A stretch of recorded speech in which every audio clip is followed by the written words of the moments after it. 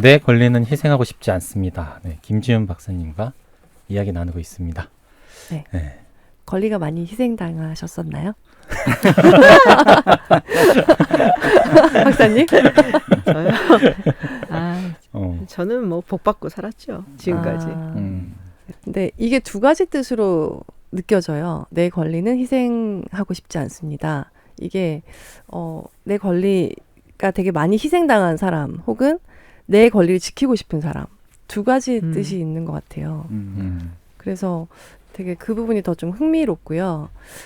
기득권과 기득권이 아닌 사람, 비주류인 사람. 근데 저도 기준에 따라서 뭐 나 정도 살면은 그래도 이렇게 뭐 비주류는 아니지 이렇게 생각을 했다가 뭐 그랬다가 또 이렇게 이런 많이 배우신 분을 만나면 내 가방끈이 좀 비주류긴 하지 뭐 이런 생각이 들었다가 막 그런 생각이 드는 거예요. 그러니까 기준에 따라서 그러니까 우리 여기 책에도 나오는데 굉장히 공부 많이 하신 막 정말 엘리트 코스를 밟은 그런 분들도 내가 비주류일지 이렇게 생각하신 분이 많다고 하더라고요. 아, 그럼요. 그거는 이제 본인이 여러 가지 정체성이 있는데 그중에 어디에 방점을 두느냐에 따라서 결정이 되는 거죠. 저도 제가 비주류라고 생각을 해요. 네, 그런 점이 너무 흥미로웠어요.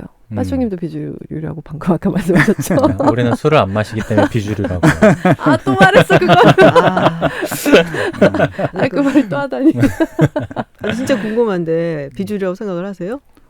네, 뭐 저는 어차피 제도권 인사가 아니라고 생각하고 있기 때문에 제도권은 요새는 또 이 플랫폼이 많이 바뀌어서 그렇죠. 네. 뭐 지금 뭐 유튜브라든지 이런 SNS 채널로 하게 되면은 뭐 나름 주류라고는 생각하는데 저는 뭐 주류 비주류 구분해본 적이 없고요.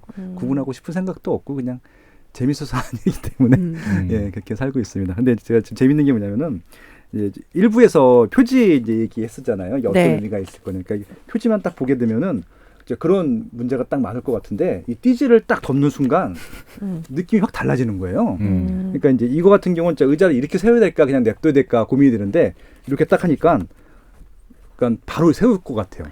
요 얼굴이 보이는 순간 그런 효과가 있네요. 무섭게 생겼어요. 네. 좀 세워봐 이런 느낌이에요. 네. 저희가 1부에서는 이제 여성의 참정권, 여성들의 평등한 그런 세상을 위한 이야기를 했고, 그리고 또 성소수자들 그리고 사회적 약자들에 대해서 얘기를 나눴습니다. 3장에는 공동체에 대해서 얘기를 하셨네요. 근데 이제 여기 부동산 전문가가 계셔가지고 여기 그런 내용들이 많이 나오더라고요. 동네에서 이제 내가 사람들을 얼마나 믿느냐.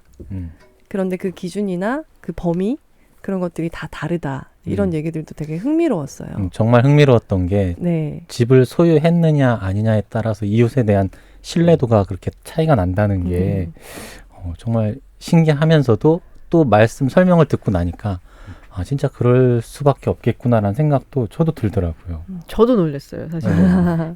제가 이제 뭐 공부를 한 분야가 정치학에서도 계량 부분이 있거든요. 네. 그 부분하고 이제 미국 정치하고 이런 걸 했는데 심심하면 그래서 숫자 갖고 놀아요.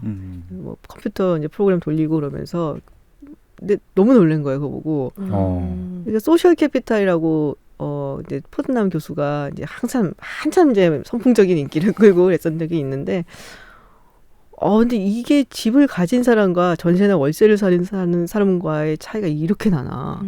한 번도 생각해보지 못했던 이슈였거든요. 네. 그래서 저도 놀래갖고 그걸 이제 구마다 이렇게 딱 비교를 해봤더니 또 그런 차이가 또 있고 그래서 설명 좀 해주세요. 이렇게 듣는 분들이. 저는 다 읽고 얘기를 하니까 안다는 토대에서 얘기를 하고 있는 것 같아서 궁금하실 분들을 위해서 조금만 설명해 주세요. 이 공동체에 대한 신뢰 혹은 이제 사회에 대한 신뢰, 국가에 대한 신뢰, 그리고 내 이웃에 대한 신뢰 뭐 이런 식으로 나눈다면은 이제 그런 거를 물어보는 질문들이 있어요. 뭐 이웃을 얼마나 신뢰하십니까? 뭐 우리 뭐 사회를 얼마나 신뢰하십니까? 이런 질문을 받는데 그래서 이제 뭐 척도를 재는 거죠. 매우 신뢰한다, 뭐 신뢰하는 편이다, 뭐 이런 식으로 척도를 재갖고 왔는데 사람마다 다 다르잖아요. 그래서 이 다른 기준이 뭘까를 이렇게 본 거예요. 그랬더니 당연히 뭐 교육 수준 이런 것도 영향이 있어요. 우리가 이제 학교에서 교육을 많이 받는 건 도덕 교육을 받기 때문에 이제 공동체에 대한 인식도 커지고 그러는데 진짜 중요하게 자리 잡고 있는 기준이 뭐냐 했더니 집을 가진 사람과 전월세로 사는 사람인 거예요. 그래서 내가 살고 있는 이 구, 이 동네, 이웃에 대한 신뢰가 집을 가진 사람은 훨씬 더 강하고 집을 가지지 않고 전세나 월세로 살고 있는 사람은 약한 거예요. 그러면은 이제 그런 생각을 해볼 수가 있잖아요. 아, 그러면은 집을 가진 사람이 전반적으로 신뢰도가 모든 것에 대해서 높은 사람이고 전 월세를 사는 사람들이 좀 낮은 게 아닐까? 뭐 이렇게 생각을 해볼 수 있는데 봤더니 전반적인 사회에 대한 신뢰도는 오히려 전 월세로 살고 있는 사람들이 높은 구들이 훨씬 더 많았어요. 집을 가지고 있는 사람보다. 어디서든 살 수 있는 마음이 있네요. 그래서 뭐 옆에 보러 갈 수 있는 거야 이거. 네.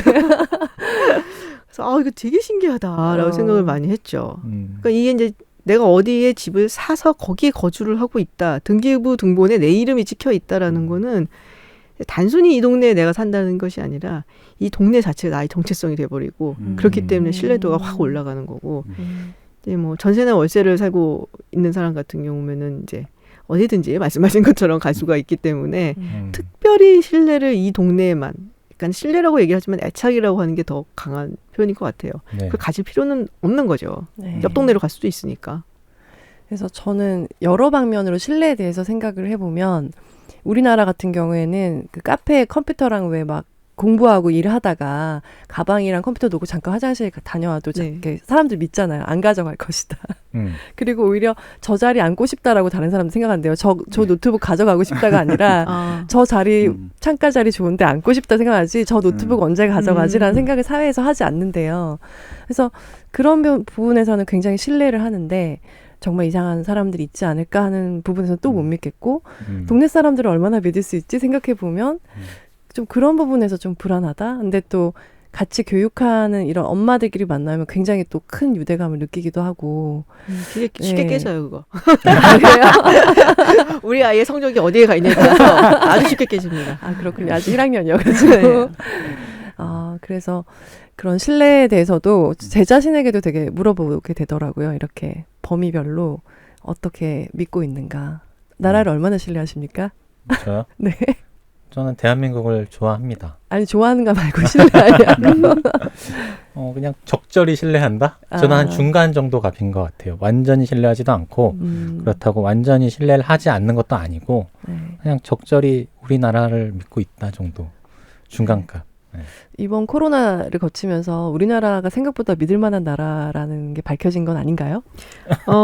그렇죠. 그리고 이제 우리 주변에 같은 사회 구성원에 대한 믿음도 상당히 있는 편이고 국가 기관에 대한 믿음도 있는 편이고 그러니까 예를 들면은 예전에 에볼라가 한참 창궐했을 때 네. 아프리카 지역에서 그때 물론 에볼라라는 병이 무서운 것도 있지만은 막 그냥 일파만파 번졌던 이유 중에 하나가 아프리카 사람들이 국가기관을 믿지 못해서가 되게 컸어요. 그러니까 이제 뭐 물론 못 살기도 하고 굉장히 뭐 열악한 보건 환경이기도 하니까 사실 아프리카에 있는 것만 안 되고 또 외국에서 지원도 들어가고 했거든요. 그래서 뭐 지역마다 이제 무슨 보건소 같은 걸 이렇게 만들기도 하고 새로 그래서 거기에 치료를 받으러 와라 혹은 뭐 증상 있으면 와라 했는데 안 가는 거예요 사람들이. 그러니까 아프리카 같은 경우는 이제 내전도 워낙에 심했고 분쟁도 많고 뭐 서로 간에 죽고 죽이는 일들이 워낙에 많았기 때문에 괜히 내가 저기 갔는데 이 정부를 내가 어떻게 믿고 저기서 누가 와갖고 내 장기라도 떼가면 어떡해 뭐 약간 이런 식의 생각을 하게 되니까 안 가요. 그러다 보니까 이게 막 번진 거예요 더.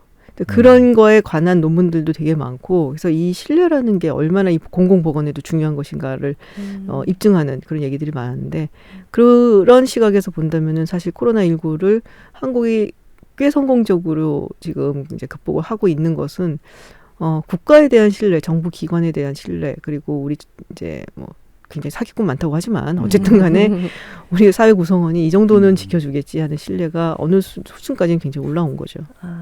저는 여기서 굉장히 흥미로웠던 부분이 그 유나이티드 스테이츠라고 이름이 미국을 이렇게 칭한데 이제 주들이 모였기 때문에 스테이츠라고 이제 되어 있는데 그 다음에 동사를 is를 쓰느냐, are를 쓰느냐, 복수를 쓰느냐, 단수를 쓰느냐에 따라서 그게 사람들이 다 다르게 써왔고 또 그게 시기별로 그렇게 달라졌다는 게 굉장히 흥미로웠어요. 근데 저는 영어권으로 생활하지 않으니까 그런 부분을 전혀 이렇게 인식하지 못했었는데 그 부분이 너무 흥미로웠습니다. 미국은 미국이지. 문제로만 봤지. 네, 그냥 미국 단소스레 폭스레스 맞는 게 그러니까요. 미국이 한 나라지 뭐 이러면서 제가 미국에 대해서 영어로 얘기할 일은 별로 없었어요. 아니, 그 질문 던지면은 많은 네. 사람들이 헷갈려요. 네. 가만 조금 생각을 하시는 분들은 스테이트지 막 이렇게 생각을 하시고 네. 그냥 직관적으로 말씀하시는 네. 분들도 있고 하는데 그게 이제 역사를 통해서 그러니까 국가라는 게 정말로 하나의 국가가 되는 데는 시간이 굉장히 많이 걸렸다는 거죠. 그래서 저도 상당히 흥미로웠어요. 그거 보고 야, 근데 이게 그냥 어떤 한 국가의 일원이다, 구성원이다라는 게 그냥 되지는 않는구나. 뭐 일정 부분 희생도 있어야 되고, 뭐 일정 부분 갈등도 있어야 되고, 그거를 겪고 난 다음에 이렇게 이루어지는구나라는 생각이 들었죠. 그래서 민족이나 이런 부분에 대해서도 얘기를 하게 되는데 우리나라 단일 민족이고 그걸 믿으세요, 근데 진짜? 이거 궁금해. 아 근데 갑자기 그런 생각이 드는데 왜 어디 내 피 검사를 하면 내가 중국계랑 뭐 어느 그런 피가 얼마나 섞였는지가 퍼센테이지로 나온다고 하더라고요. 아 그래요? 한번 해봐야겠다. 네. 그러면은 단일 민족이 아닌 거 아닌가요? 아니 저 진짜 궁금한 단일 민족이라고 믿으세요? 빠쇼님. 저는 뭐 단일 민족 이 의미가 이렇게 뭐 외모가 조금씩은 다 다르잖아요. 그러니까 이제 저 봐도 앞만 봐도 이렇게 좀 조상이 한국인이 아니신 분들이 섞여 있는 분들 같은 외모가 또 있어요. 그러니까 다 좀 다르잖아요. 장동건? 그 얘기 나왔어요. 근데 이제 이게 한국말이라는 언어를 같이 쓰다 보니까 그게 이제 민족이라는 것들이 또 공동체 의식을 더 많이 만드는 좀 개인적으로 생각을 하거든요. 외모보다도. 예, 그래서 저는 뭐 단일 민족이 결국 이렇게 이 한국말 쓰는 민족은 여기밖에 없잖아요. 그러니까 이제 북한과의 관계를 좀 회복하려고 하는 것들도 거기는 한국말을 쓰니까 예, 그런 생각이라고 그냥 생각하고 있어요. 언어가 사실 굉장히 중요한 역할을 네. 하죠. 민족이라는 걸 형성을 하는 데 있어서. 근데 그 교육을 너무 많이 받았잖아요. 한민족이라고. 네. 단일 민족, 반만년 단일 민족 진짜. 네, 네. 근데 어느 순간부터 네. 뭐 삼국시대 고구려 백제 신라가 싸운 것이 통일을 정말 하려고 싸웠던 걸까? 막 이런 생각도 하게 되고 통일을 하려고 싸운 것이 우리가 단일 민족이라서 합쳐야 된다고 생각을 해서 싸운 걸까? 아니면 영토를 넓혀갖고 이거를 이제 뭐 적들 전부 다 몰아내려고 싸운 걸까? 뭐 이런 이제 의심을 조금씩 하기 시작하면 이제 어른이 된 건데 그게 뭐 좋은 건 있죠. 사실 단일 민족이라 그러면은 이제 모든 정책을 이끌어가는데 되게 편해요. 그렇죠. 그리고 약간 비합리적인 것 같은데? 라는 생각이 들어도 이 단일 민족이라는 이 단어가 주는 무게감이 워낙에 크기 때문에 네. 이걸로 딱 끌고 갈 수가 있는데 이제 저같이 약간 좀 세상을 삐딱하게 사는 사람은 좀 싫을 때가 있어요. 그 무게감이. 그러면은 누군가를 이렇게 배척을 해야 되는 것 같다는 생각도 좀 들고 또 요즘같이 뭐 상당히 다양한 가족 형태도 나타나고 있고 또 외국에서 오시는 분들도 많고 그런데 단일 민족 얘기를 이렇게까지 강조를 할 필요가 있을까라는 생각도 좀 들고 그래서 통일 담론을 얘기할 때도 그러니까 이게 모순점인 거죠. 그러니까 우리가 통일 이야기를 하는 거는 정말 민족주의적인 시각에서 얘기를 하는 거거든요. 지금 100년 가까이 떨어져 산 건데 그리고 지금 젊은 세대들은 전혀 접점을 못 잡고 있는데 통일을 해야 된다라고 얘기하는 거는 왜냐? 삼국사기부터 우리 처음 보면은 다 단일 민족이거든. 네. 반만년 우리가 진짜 환웅과 단군이 환웅이 애들은 단군이 내려와서 그래갖고서는 결혼을 해가 웅녀랑 결혼을 해갖고 나온 거거든. 여기서 출발한 거잖아요. 근데 사회는 점점 열리고 있고 외국에서 많은 사람들도 들어오고 있고 그리고 그 사람들에 대한 처우 같은 얘기도 나오고 있는 이 시점에서 굉장히 모순적인 방향으로 가고 있는 거거든요. 여기에는 열어줘야 된다고 얘기하고 저쪽에는 단일 민족이라고 결속을 이야기를 하고 있고 네.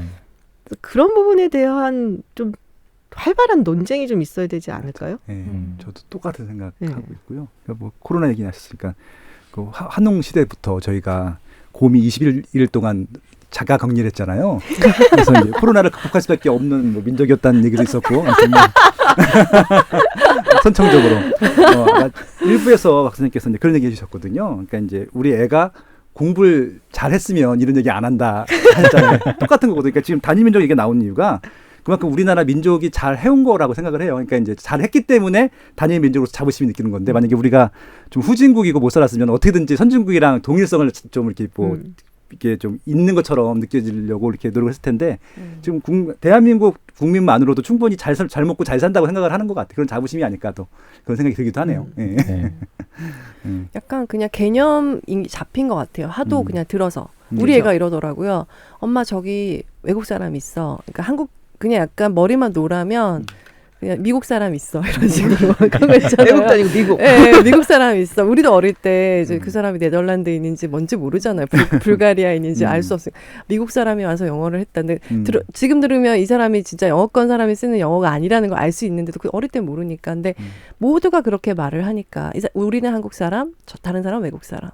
그러니까 약간 그런 개념 자체가 독일에서 들으면 굉장히 무섭다라고 느껴질 정도로 우리가 그렇게 개념이 좀 박혀 있었네요. 유럽하고는 사실 비유가 좀 악인되기도 하는 게 거기는 워낙에 뒤섞여 살았기 때문에 막 싸우고 지지고 볶고 뭐 이리 이사 가고 저리 가고 그런데 한국 같은 경우는 아무래도 좀 반도고 그래서 조금 제한이 있던 건 맞죠. 그리고 사실 단일민족이라는 이야기랑 뭐 통일 같은 거는 정치 프로파간다로도 많이 쓰였어요. 네, 워낙 현대사 들어와서 굉장히 자연스럽게 받아들이고 있는데 뭐 좋은 점도 있어요. 말씀하신 것처럼 뭔가를 이렇게 우리가 이뤄내야 된다 할 때 어떤 추동력을 가지고 올 수 있는 기제가 되긴 해요. 근데 제가 걱정하는 거는 그걸로 인해서 너무 배타적이 되지는 않았으면 좋겠다. 네, 그럴 가능성도 굉장히 농후하거든요.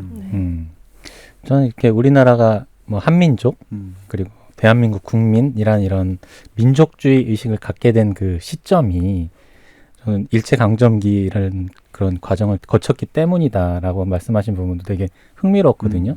그러면서 이제 말씀하신 게 조선시대에는 그럼 과연 양반들은 노비들과 한민족이라는 개념을 갖고 있었을까? 근데 저도 그 질문을 딱 떠올리니까 그러니까. 내가 만약 양반이었다면 안 그랬을 것 같은 거예요. 그 시대상을 좀 돌이켜보면. 그러니까 일제강점기에 그 일본이라는 그런 어떤 외적. 적들, 대적, 외적 이런 게 있었기 때문에 한민족으로서 이렇게 똘똘똘똘 뭉칠 수 있었던 게 아닌가? 그 말씀이 되게 좀 와닿더라고요. 근데 뭐 제가 뭐 오리지널은 아니고 네. 그거는 이제 다른 학자분들께서 얘기를 하셨고 저도 사실은 맞는 것 같다라는 생각이 들었기 때문에 인용을 한 부분인데 그 부분이 이제 저도 굉장히 이제 흥미롭게 이제 이거 책에서 읽었던 부분이거든요. 네. 그러니까 사대부가 있고 그리고 우리가 이제 뭐 농민도 있고 그리고 노비가 있고 그런데 그러니까 단일 민족이라는 것은 어떻게 보면 굉장히 그 모든 사람들을 수평적인 관계에 놓는 거거든요. 네. 근데 그런 시스템이 되려면은 이 계급 사회 자체가 무너져야 돼요. 근데 그렇기 때문에 조선 시대는 여전히 계급 사회가 굉장히 공고하게 자리 잡고 있는데 이 단일 민족이라는 어떤 생각 자체가 사실은 구성되기가 어렵죠. 근데 물론 그때도 뭐 외구가 쳐들어오고 그러면은 이제 우리 나라를 지켜야 된다 해서 백성들이 모이고 뭐 이런 이제 민족적인 운동 뭐 이런 게 있기는 했어요. 그렇지만 지금 우리가 생각하는 거하고 그 당시에 이제 뭐 민족적으로 정을 한다 이거하고는 좀 개념이 좀 다르기는 하죠. 나라를 지킨다 뭐 이런 거였지만 그래서 어떻게 보면 이 계급 사회를 무너뜨린 게 불행히도 일제강점기라고 할 수가 있는 거고 그리고 그때 이제 일제에 항거하기 위해서 사람들이 모이면서 계급이라는 것이 이제 무너진 상황에서 어떤 민족이라는 개념이 더 공고해진 것이다라고들 보고도 있죠.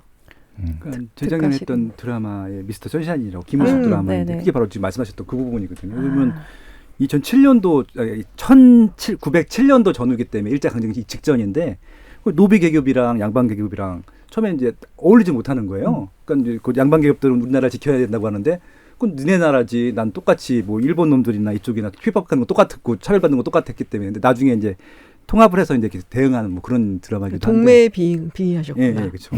동매 유현석 씨. 맞아요. 예, 어쨌든 이제 역사 저는 이제 신방과가 메인 전공이고 이제 부전공을 사학을 했기 때문에 역사에 되게 관심이 많은데, 그러니까 이제 삼국시대 같은 경우는 딴 나라예요. 그러니까 그렇죠. 민족도 없고 왜냐하면은 백제 같은 경우는 일본이랑 거의 같은 민족이었었고요. 그다음에 신라 같은 경우도 흉노족과 같은 민족이거든요. 그러니까 김할지가 그 경주 김씨의 조상인데. 한국 사람이 아니에요. 흉노족이에요. 아, 그래요? 이민족인 거예요. 그러니까 원주민들이 아닌 거죠. 우리 조상인데? 우리 조상이네. 저도 경주 김씨거든요. 근데 또 뭐 이쪽 고구려 같은 경우는 또 원래 또 저쪽에 있던 민족이기 때문에 그러니까 없어요 결국은. 근데 이것들 다 뭉쳐서 그냥 한민족이라고 하는 것들이잖아요. 그러니까 이게 결국은 뭐 일본이나 한국이나 큰 차이 없는 거고 흉노족이나 한국이나 똑같기 때문에 한민족의 의미가 무슨 있겠냐. 결국 이제 다양성을 존중하셔야 된다는 게 그런 것들이거든요. 이게 언제 또 어떻게 바뀔지 모르는 것들이잖아요. 지금 우리가 살고 있는 100년 동안의 놓고 보니 보니까 이게 한민족처럼 보이는 것들이 뭐 3,000년, 5,000년으로 연장하게 되면 다 다른 민족이었던 것들이었던 것거든요. 약간 그 기만적인 부분도 있어요. 왜냐면은 이제 모두가 수평적인 관계에 놓는 거라고 했잖아요. 민족을 강조를 하면은. 네네. 근데 사실은 수평적인 관계가 있는 사회는 없어요. 계급 사회가 무너졌어도 또 다른 계급들이 다 생기고 거기서 네네. 불평등도 있고. 근데 그걸 까맣게 잊어버리게 해요. 우리 한민족 하면은 그냥 그걸로 다 그냥 퉁치면 되는 거거든요. 그러니까 좀 기만적인 부분이 그래서 민족성을 강조하고 민족주의 이야기하는 데는 저는 조금 있다고 봐요. 그래서 가끔 이렇게 벨이 틀릴 때가 있어요. 그래서 네. 말씀 듣고 나니까 아까 그 단일 민족이냐고 믿냐고 네. 물어보셨잖아요. 아닌 것 같아요. 우리나라의 그 계급을 그러네. 따져보면 그러니까. 이 수저 계급만 봐도 아닌 것 같아. 우리 얼굴도 북방계, 남방계 막 있고 그러잖아. 네, 다음 얘기를 할게요. 네, 하세요. 저는 그 궁금한 게 우리나라가 출생률도 너무 낮아지고 있고 그리고 또 이제 사회 좀 다양성이 굉장히 중요해지잖아요. 그러니까 외국인들도 편하게 살 수 있고 어우러져서 같이 일할 수 있는 그런 토대가 되게 중요하고 또 외국인들이라도 와서 아기를 좀 낳아줘야 우리나라 좀 돌아갈 수 있을 것 같아요. 그래서 저는 현 상황을 정확히는 몰라서 어떤지 좀 혹시 아시나요, 박사님? 출생률은 뭐 거의 뭐 꼴찌고 지금은 한 명도 아닌 상황이 되고 있고 그래서 사실은 이제 이 부분은 그 서울대학교 조용태 교수님이 이제 진짜 전문가시잖아요. 네. 뭐 인구 절벽, 뭐 저출산 얘기를 많이 하시는데 근데 또 방금 말씀하셨던 것처럼 이제 이민을 받아들여서 그래서 그분들이 와서 또 인구수를 좀 늘리는 건 어떠냐라는 얘기를 하면은 또 이제 난리가 나죠. 그래요? 좀 지워주세요.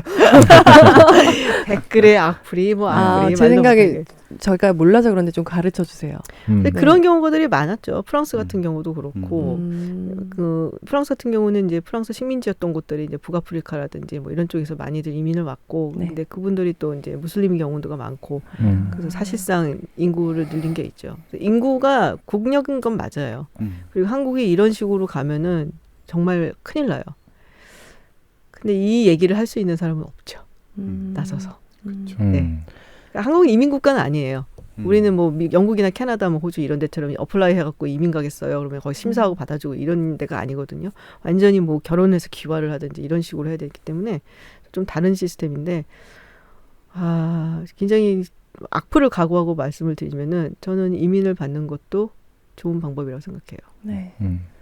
저는 꼭 뭐 우리나라가 좀 지금 코로나 이후에 좀 살고 싶은 나라가 되지 않았을까라는 생각을 해요. 다른 나라가 봤을 때 이제 그래서 좀 살고 싶어서 왔더니 이제 그냥 가정을 이루고 살다 보니까 아기가 태어나고 좀 그랬으면 좋겠어요. 그러니까 자연스럽게 뭔가 정책적으로 막 받아들여서 이렇게 해야 된다는 생각보다는 아이를 낳고 싶고 여기서 애를 낳아서 키워야 되겠다는 생각은 사회가 좋아지면 자연스럽게 드는 생각인 것 같은데 살기가 너무 팍팍하니까 애기 낳아도 행복할 것 같지 않으니까 애기를 낳지 않잖아요. 그래서 막 오늘 말씀 나눠보면서 이 역사를 통해서 우리가 그냥 얻어진 게 하나도 없구나.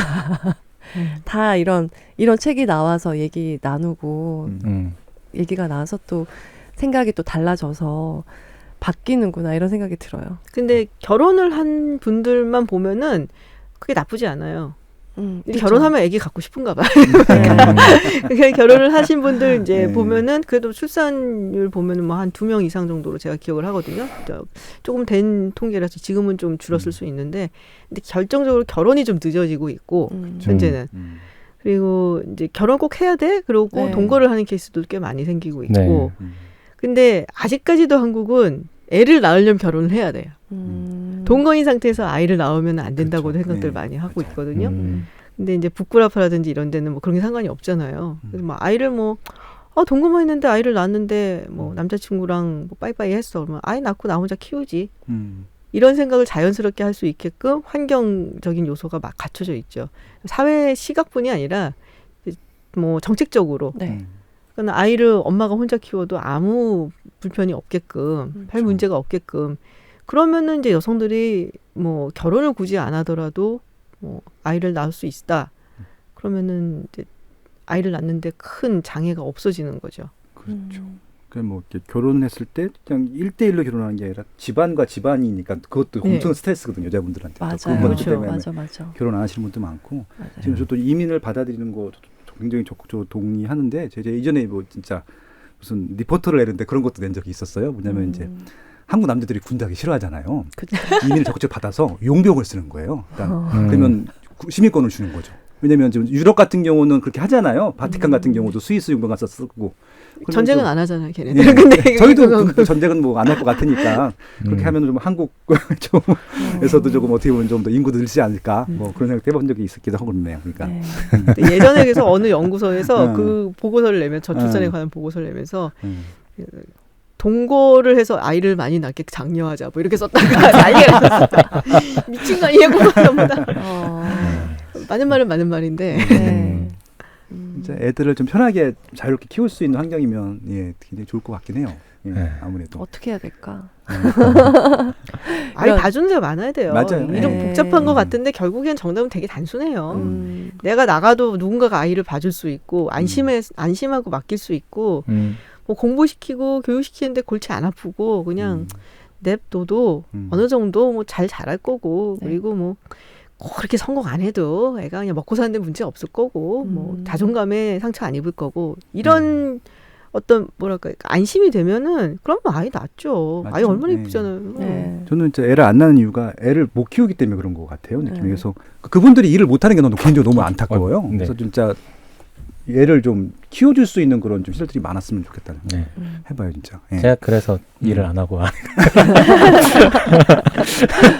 그러니까 이게 좀 아빠가 육아하고 이런 것도 문화도 좀 많이 만들어지고 서로 번갈아 가면서 한다거나. 아니 그렇게 해결하면 안 돼. 안 사회적으로 해결해야지. 집에서 해결하려고 하면 답이 또 원적으로 또 돌아가요. 네,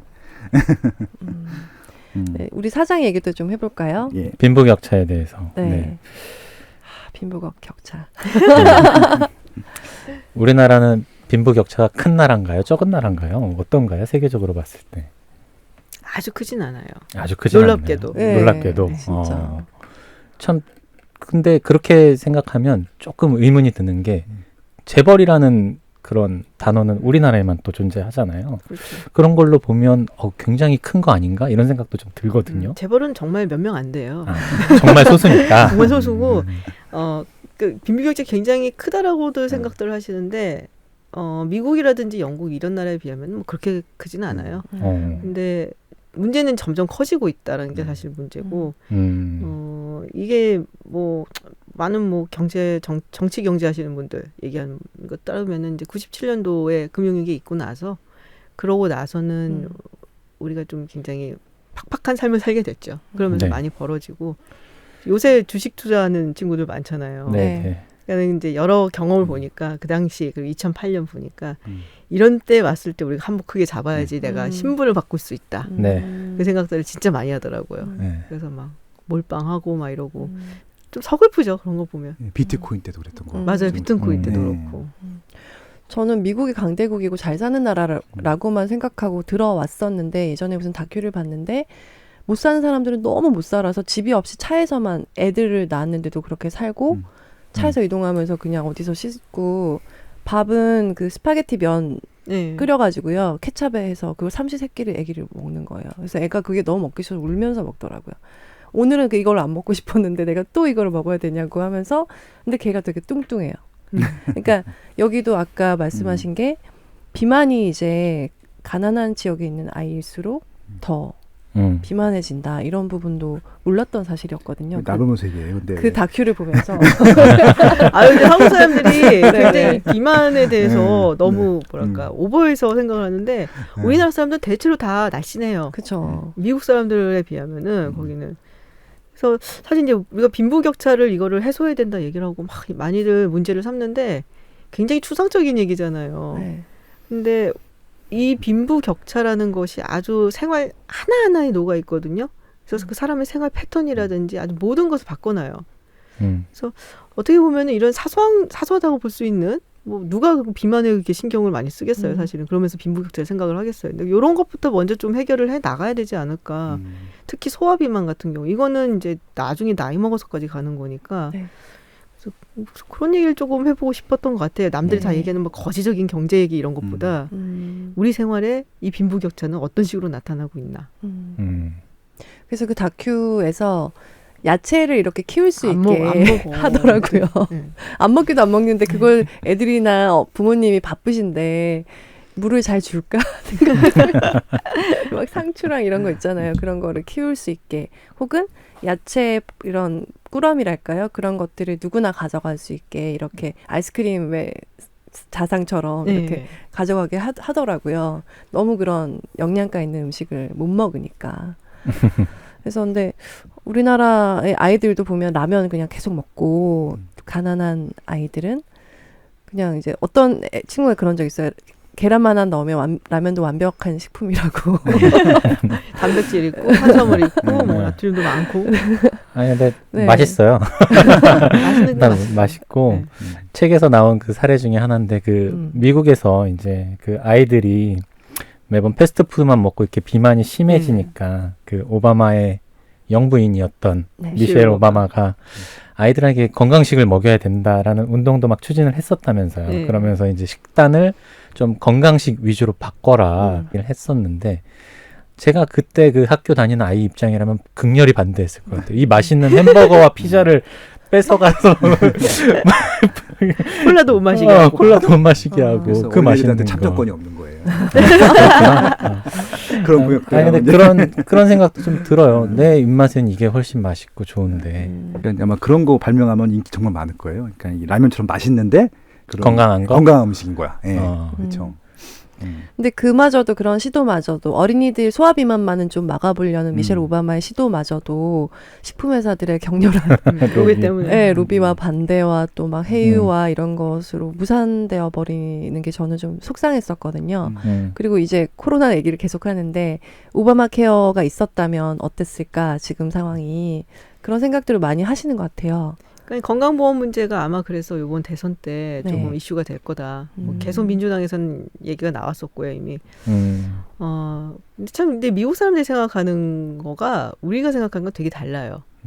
그래서 그러니까 우리 입장에서는 쟤네들 왜 저렇게 생각을 하나 이게 되게 많아요. 그러니까 뭐 전부 다 건강보험을 가져야 된다. 국가가 좀 의무적으로 가져라라고 하는데 그게 사실 뭐 사람이 살다 보면 아플 수도 있고 이게 그럼 좋은 거 아니야? 더구나 미국같이 병원비가 어마어마하게 비싼 데는 다 대비해야 되는 거 아니야?라고 생각을 하면서도 이제 그 돈마저도 좀 부담이 되는 사람들이 있고 또 그런 사람들 입장에서는 아니 왜 내가 내 맘대로 살겠다는데 정부랑 국가가 왜 간섭이냐고 이렇게 생각하는 경우도 되게 많아요.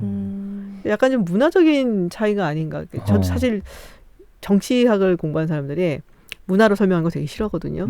없어 보인다고 생각을 하는데 그래도 이거는 좀 약간 문화적인 차이가 아닌가라는 생각이 좀 들긴 하더라고요. 내 개인의 자유를 니네가 왜 함부로 그렇죠. 침범하냐. 네, 그래서 오바마 케어라는 얘기가 하면은 이제 그걸 공격하는 사람들이 사회주의적인 발성이다 이렇게 그럴 수 하거든요. 그렇게 생각할 수도 있겠네요. 네. 무조건 돈을 내야 되니까 그러니까. 월급의 일부를 떼야 되니까 그렇게 생각할 수도 있겠어요. 저희는 공기처럼 아기 때부터 있어왔던 의료보험이라 그런 생각을 저는 못 해본 것 같아요. 그런 식으로 이 책을 읽으면 그런 머리가 깨이는 게 되게 많았어요. 저는 이렇게 깨이면서 이렇게 생각할 수도 있겠구나. 여성의 참정권이 되게 순수하게 우리에게도 투표를 달라 이런 게 아니라 뭐 다른 권력과 이렇게 엮어서 갑자기 잘 되기도 하고 못 되기도 하고 또 여성의 권리를 막 주장함에 있어서 이렇게 위에 있는 기득권 세력이 내 기득권을 달라 할 수도 있고 제발 내 투표권이라도 달라 이럴 수도 있고 이런 식으로 저는 머리가 되게 많이 깨인 느낌이 들었어요. 이 책을 읽으면서. 그러니까 인간이 대체로 네. 순수하지 않아요. 굉장히 그 중상모략을 좋아하고 착하다 얘기들 하는데 그 착함의 기준도 뭔지 모르겠고 저는 네. 그래서 굉장히 그 이기적인 이유에서 시작을 했다가 뭐 좋은 결과를 얻는 경우도 많고 그래서 모든 거를 그렇게 좋은 시각만 가지고 바라볼 수가 없겠더라고요. 그래서 뭐 참정권 얘기도 하셨지만은 뭐 책에도 물론 나오지만 뭐 이렇게 순수한 의미에서 시작하진 않았어요. 그렇게 그리고 뭐 도움을 받은 집단들도 그렇게 착한 집단도 아니었고. 근데 이제 그게 또 어떻게 되다 보니까 이게 뭐 좋은 방향으로 이렇게 점점 발전을 해나가기도 하고 좋은 의도에서 시작했는데 나쁘게 갈 수도 있고. 그래서 결국에는 항상 이렇게 바라보고 있어야 되는 거죠. 어떻게 가나. 여기에 어조가 너무 뭐랄까 막 공격적인 어조면 좀 불편할 수 있잖아요. 이런 책을 읽을 때 우리 여성은 이렇게 해야 하고 막 이런 느낌이 아니고 사회가 이런 식으로 변하고 있고 진심으로 좀 바뀌었으면 하는 방향은 난 좀 이런 방향인데 연구해 보니까 결과들은 이런 게 있어요. 이런 느낌이었어요. 이게 책의 느낌이. 그래서 좀 편안하고 아 이런 일이 있었어? 혹은 또 아 이런 일은 되게 흥미롭구나. 사람들의 생각이 이렇게 바뀌었구나. 막 이런 식으로 전 되게 재밌게 읽었어요. 책을. 네. 저는 이제 고3, 고1 학생을 둔 부모 입장에서 보면은 네. 이게 4개 장이지만 또 하나하나가 다 다른 주제거든요. 그 맞아요. 안에 네. 그러니까 이거 논술을 공부하기 참 좋겠더라고요. 지금 현 시점에서 중요한 이슈들이어서 네. 그래서 제 딸과 아들한테 바로 그냥 한 권씩 따로 좋습니다. 네. 아 감사합니다. 우리 아들은 안 읽던데. 고등학교 되면 읽을 거예요. 네. 필요해요. 네, 제 친구도 저희 방송에 나왔던 그 미국에서 이제 실리콘밸리에서 일하는 친구도 정치에 대해서 우리가 너무 뭐랄까 이렇게 반으로 나눌 수 없는 것들을 반으로 나눴다고 생각하고 막 생각을 하잖아요. 막 뭐 저쪽 편들 이쪽 편들 이런 식으로 얘기를 하는데 그런 부분들을 굉장히 섬세하게 쪼개서 우리가 이렇게 그냥 버튼 하나만 눌러서 앱으로 만들어서 그런 지도를 보여줄 수 있는 그런 앱을 개발을 하고 있더라고요. 그래서 그 친구한테 이 책을 꼭 선물하고 싶다는 생각을 했었어요. 이런 좀 섬세하게 좀 생각을 많이 해봐라. 네. 우리가 정치를 특히 한국 현대 정치사 같은 경우는 이렇게 굉장히 거대한 물줄기가 있다 얘기를 하잖아요. 그리고 거기에 또 막 거두 같은 인물들이 막 있고 해서 굉장히 크게 생각들을 하는데 저는 개인적으로 바라는 거는 좀 이렇게 생활 정치가 됐으면 좋겠어요. 무슨 이념을 따라가서 뭐 이렇게 서야 되고 뭐 저렇게 해야 되고 뭐 이런 것보다 사실 결국에는 우리가 살고 있는 삶을 좀 더 낫게 만들기 위해서 발전시키기 위해서 하는 거잖아요. 정치란 게. 네. 그러니까는 뭔가 좀 생활 정치인이 많이 나오고 그런 이야기들이 담론이 좀 더 많이 나왔으면 좋겠다. 이런 생각을 정말 많이 해요. 근데요, 저는 이번 투표를 통해서도 느꼈던 게 막 이 전단지만 오잖아요. 전단지가 이만큼 이렇게 우편으로 오는데 전혀 모르겠는 거예요. 사실 이 사람의 진실과 진심이 무엇인지를 모르겠는데 제가 공부도 안 하고 관심도 안 가져놓고서 이 전단지만 보고 선택을 하는 게 맞나? 그러니까 어떻게 구분할 수 있을까요? 그러니까 생활 정치, 내 생활을 더 낫게 해줄 정치인을 뽑는 것마저도 너무 쉽지 않더라고요. 지금 구분 못하죠. 어떻게 할 수 거의 있을지. 다 똑같아요. 보면은 결국 그 지역구 해줄 수 있는 거는 거의 다 똑같기 때문에 뭐가 다르겠어요. 뭐 학교 세우겠다 둘 다 똑같이 얘기하죠. 그럼 뭐가 달라? 나는 집권당이기 때문에 더 쉽게 해줄 수 있다는 거랑 이쪽에서는 집권당인데 여태까지 못했으니까 내가 하겠다는 거야. 그 차이밖에 없어요. 네. 딱 그 차이인데 그래서 그게 되게 아쉬워요. 저도. 그래서 좀 더 정치인들이 이제 좀 많이 다니면서 이야기도 나누고 진짜 문제가 뭐고 주민들의 간의 어떤 공청회라든지 미국 같은 경우는 타운홀 미팅 같은 거 굉장히 많이 하잖아요. 뭐 그런 게 좀 많았으면 좋겠다. 그리고 이제 어느 순간 갑자기 뚝 떨어지는 스타 같은 정치인들, 뭐 영입한 분들, 물론 이제 굉장히 감동적이고 멋진 스토리들은 있지만 그런 사람들보다 정말 우리 동네에서 자라갖고 나는 이런 문제들이 우리 동네에 있는 걸 알기 때문에 이걸 좀 바꾸겠어요. 라고 하는 그런 정치인들이 좀 많이 나왔으면 좋겠어요. 시간이 걸리겠지만. 저도 좀 공부를 해야 되겠습니다. 누가 누군지. 다음에 총선에 나가시게. 아니 그런 건 전혀 설레마을 아니죠. 바꿔보세요. 설레마을. 알겠습니다. 네. 네, 또 시간이 많이 흘러가서 이 책의 거의 1, 2, 3, 4장을 그래도 조금씩이나마 네. 다 이야기를 좀 나눈 것 같아요. 근데 책에 좀 더 자세히 많은, 들여다보면 더 주제가 많은 좀 더 이야기가 많습니다. 있고 더 생각해 볼 만한 거리들이 굉장히 많이 담겨 있으니까요. 한번 이런 주제에 관심 가지고 한 번씩 읽어보시면 네. 좋을 것 같다는 생각을 합니다. 박사님은 요즘에 제일 많이 생각하시는 게 뭐예요? 요즘에 제일 많이 생각하는 거는 우리 아들의 수학 성적으로. 그런 걸 이제 많이 생각을 하고 있고 네, 전염병의 역사는 어떻게 될까 뭐 이런 걸 좀 찾아보고 있고. 근데 제가 이 책에 대해서 하나 꼭 말씀을 드리고 싶은 거는 네.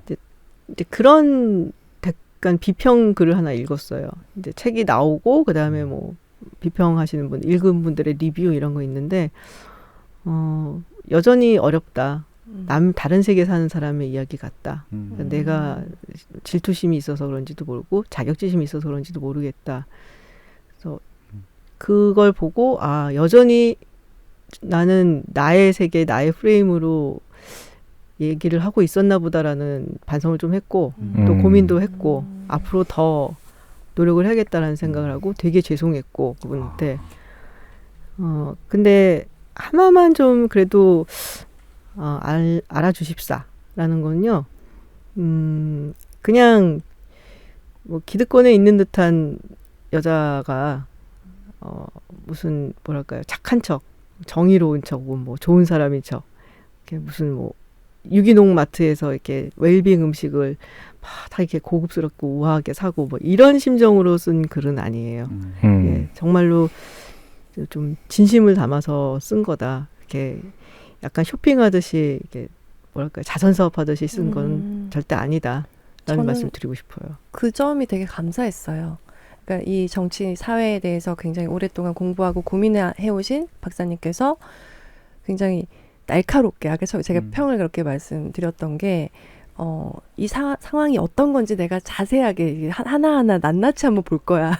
그런 마음이 되게 느껴졌었고, 근데 그 마음에 그런 깔린 것들이 되게 공정하게 나는 이걸 보고 뭐가 잘못됐는지, 뭐가 어떻게 돼가고 있는지를 얘기하고 싶어라고, 그리고 우리가 어디로 가야 될지 여기서 한번 시작해보자라고 얘기하시는 느낌을 되게 받았었습니다.